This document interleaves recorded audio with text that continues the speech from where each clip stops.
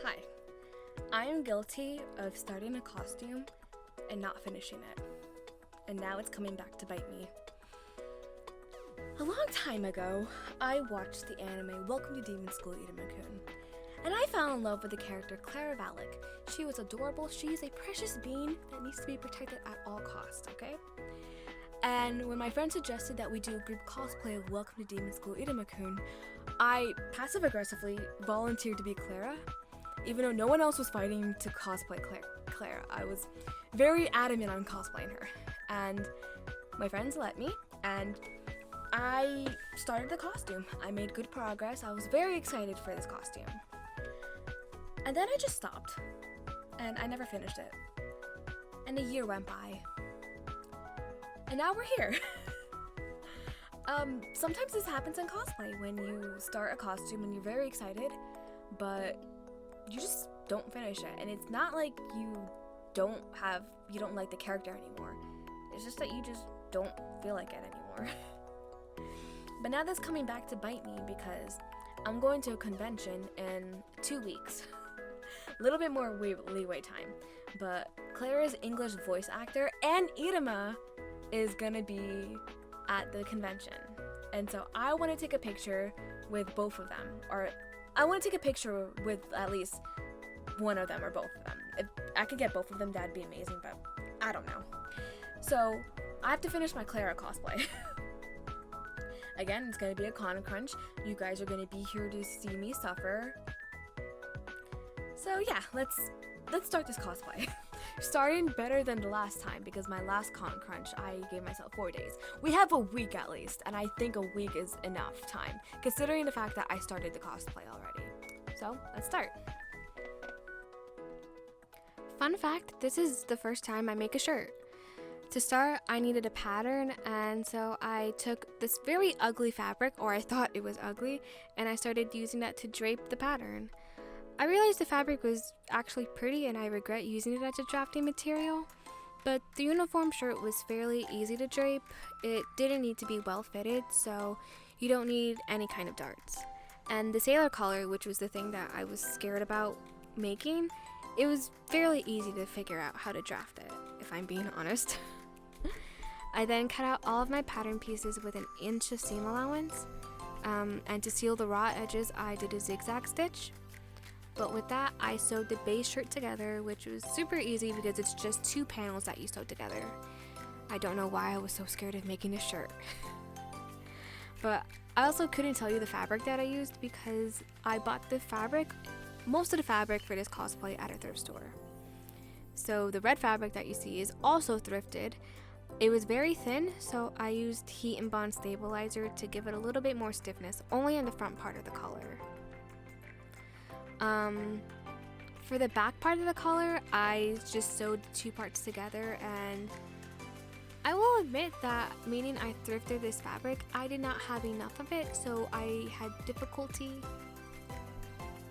If I had more red fabric, it would have made doing the white trim easy.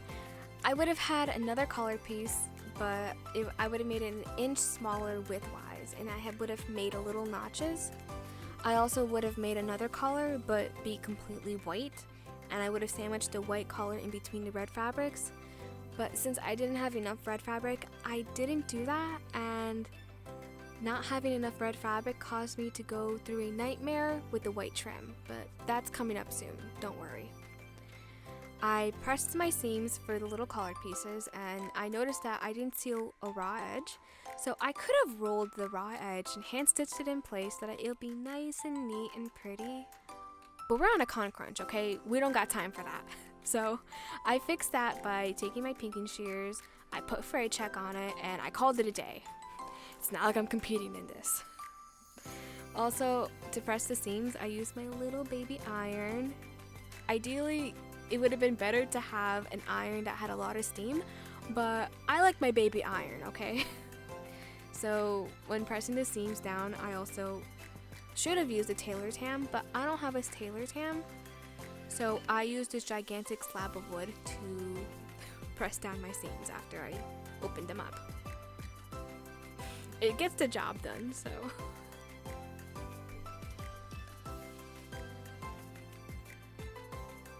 The chest piece was very easy. I just sewed 2 pieces together.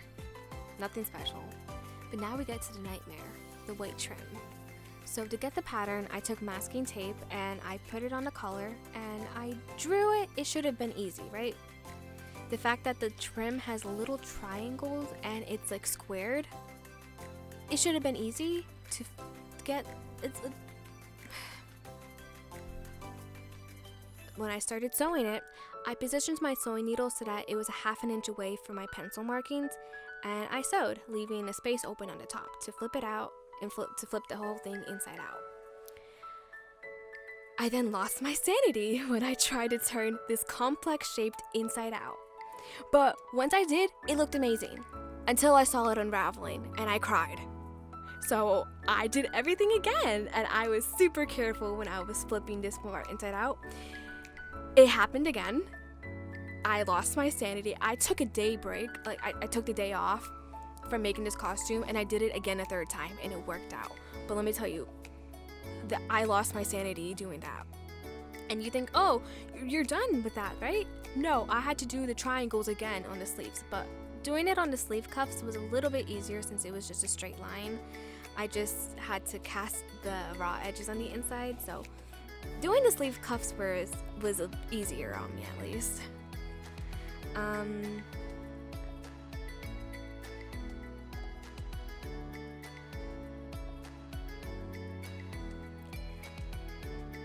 To sew the white trim to the collar pieces, I used the top stitch.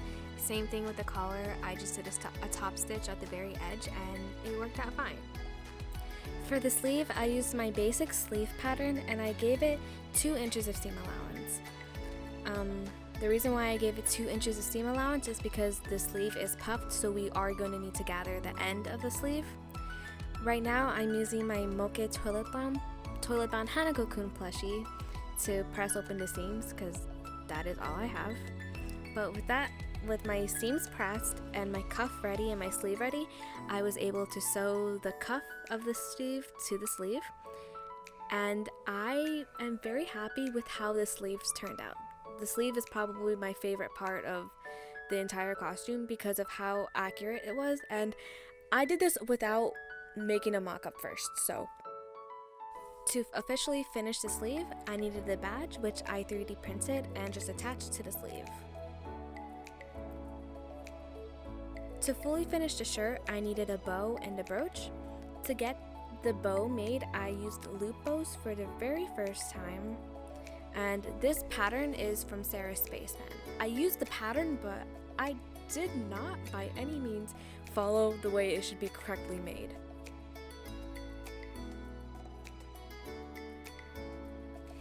This is the finished bow. I would have made it a little bit bigger, but I was happy with how it came out so far. I didn't make the center part of the bow because we are going to be making a brooch to cover that part of the bow. And to make the brooch, I'm using my favorite material in the world, UV resin. UV resin, it is so cool to work with. I never worked with regular resin, but I love making things with UV resin. So what I'm doing first to make the brooch is I'm going to be making the little demon pupil. And the way how I'm doing that is I'm taking the tiniest bit of UV resin and I'm coloring my UV resin with glitter. And since I'm coloring my resin with glitter, I have to make sure to mix the glitter in very well. To get the pupil shape, I'm using a silicone mold badge. And I'm putting the UV resin only on the bottom part of the badge. And once I cured it, it's a little bit moldable. So I pop out the resin from the mold and I shape it so that it's curved. To smooth out the edges, I did take a nail file and I just smoothed them down, but with that, our pupil was done and we could continue with the rest of the badge or the brooch. I laid down a layer of just clear UV resin. I centered the pupil into the middle, and then I cured just the clear UV resin in with the black pupil.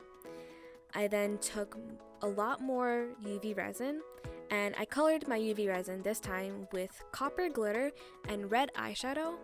I did this because I do not own red pigment dye, So eyeshadow is pigment. It colored the UV resin just fine.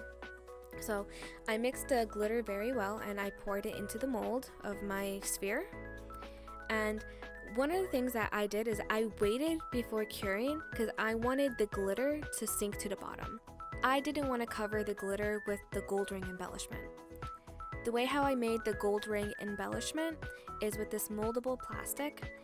It's fairly easy to use. You boil it in water and it becomes transparent. Or what I did, I just used my heat gun to heat it up, and I used these silicone tools, the silicone molding tools, and with a little bit of fiddling, I was able to come up with a embellishment ring that can go around the brooch.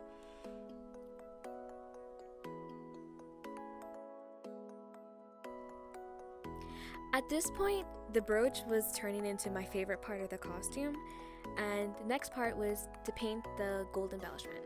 Now, I bought this airbrush paint specifically for this, and I was very excited to use it. It's a pearlized gold airbrush paint, but it is not pigmented. And so, meaning I didn't have any patience nor the time, I used my gold nail polish, and I just painted it. It worked out well. At the end of the day, paint is paint, and it worked. To attach the brooch to the bow, I used my favorite glue from the Dollar Tree, and it stayed on very well. Even after a wash, it still stays on. And with that, the shirt was finished, and I have never been more proud. For the skirt, one detail I knew I wanted was the box pleat in the center of the skirt. That's the only thing I had my heart set on. So Clara's skirt is pretty easy. It's just a red pleated skirt. And I remember I did start making the skirt when I started making the costume a year ago. And the problem is I don't remember how far I got with it or what progress I made with it. But I remember I did sew. I remember sewing down one pleat. And I don't know how, I really don't know what I'm working with right now, so let's see. I have an entire basket of materials for Clara's costume, untouched for years, so this is the skirt.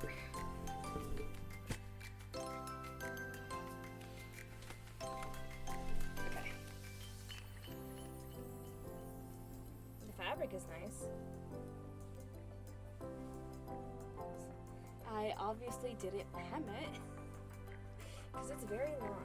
I have a waistband. I sewed a waistband in it. The pleats are sewn, and there's a zipper sewn. Oh my gosh. I didn't know I sewed. Oh my gosh. Wait, that is sewn quite decently. How I sewed that? Okay.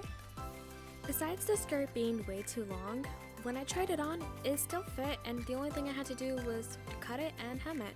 So that's exactly what I did. For Clara's pockets, I made the faces as embroidery files, and I embroidered them on my machine. And I used a protractor to get the right shape, but I was very happy with how these turned out. For Clara's tail, I went to Blender and I made myself a heart pattern, which I made. I painted it red with just regular acrylic paint, and I used an aluminum rod with PVC and strapping to just wear it. It's very easy to make lightweight. Now we're at the shoes. If I did not con crunch, the shoes would have been perfect, but I did my best.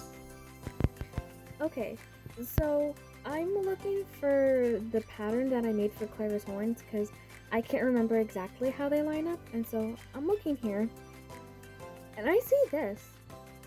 This is a pattern for Clara's shoes, and I'm like, what? What do you mean I have a Clara shoe pattern? So then I go to Blender. I made a pattern for Clara's shoe. I have no recollection of this, but it's there.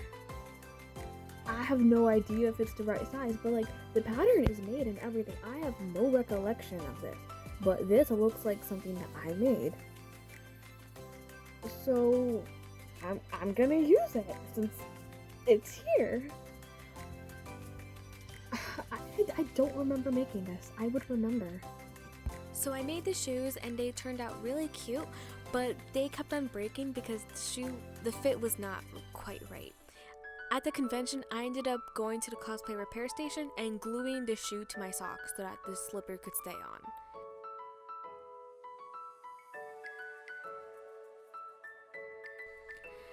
For the horns, I used Cami Cosplay's video on how to make 3D models into patterns for EVA foam. I took a 3D scan of my body and I just fiddled with Blender to get the patterns for the horns.